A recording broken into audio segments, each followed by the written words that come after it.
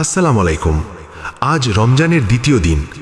রোজা রেখে আমরা অনেকেই ক্লান্ত হয়ে পড়ি, কিন্তু আপনি কি জানেন রমজানের প্রতিটি সেকেন্ড হীরা জহরত থেকেও দামি। আজ কথা বলবো কিভাবে এই সময়টাকে কাজে লাগাবেন।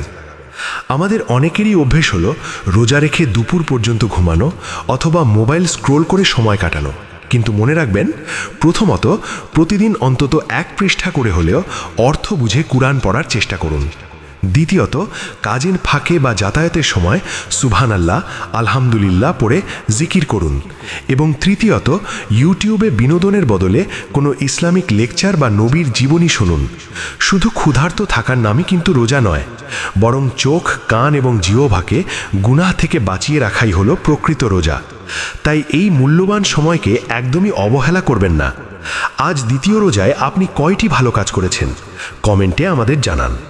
ভিডিওটি উপকারী মনে হলে শেয়ার করুন। আল্লাহ হাফেজ।